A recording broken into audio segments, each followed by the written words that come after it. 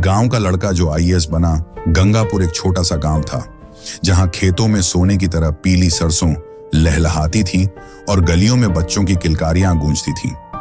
इसी गांव में रहता था राहुल, एक मेधावी लड़का जिसकी आंखों में सपनों का आकाश बसता था। राहुल के पिता एक छोटे से किसान थे और मां घर संभालती थी।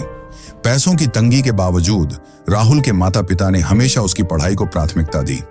राहुल सुबह सूरज निकलने से पहले ही उठ जाता था। वह खेतों में पिता का हाथ बंटाता, फिर साइकिल चलाकर 3 किलोमीटर दूर स्कूल जाता।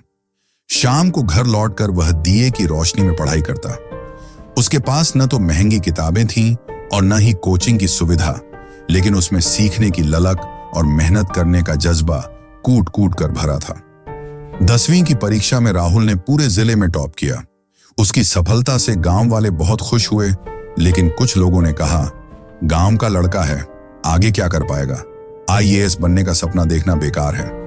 ये बातें राहुल के दिल को छुभती थीं, लेकिन उसने हार नहीं मानी। उसने ठान लिया कि वह आईएएस अधिकारी बनकर दिखाएगा। राहुल ने शहर जाकर कॉलेज में दाखिला लिया। वहां उसने छोटे मोटे काम करके अपना खर्च चलाया और पढ़ाई पर ध्यान दिया। कॉलेज के बाद उसने यूपीएससी की तैयारी शुरू की। दिन रात एक करके उसने पढ़ाई की। कई बार असफलता मिली, लेकिन हर बार वह और मजबूत होकर उठ खड़ा हुआ।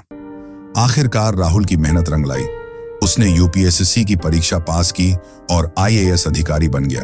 जब वह बड़े अधिकारी के रूप में गांव लौटा, तो गांव वालों की आंखों में गर्व और खुशी झलक रही थी।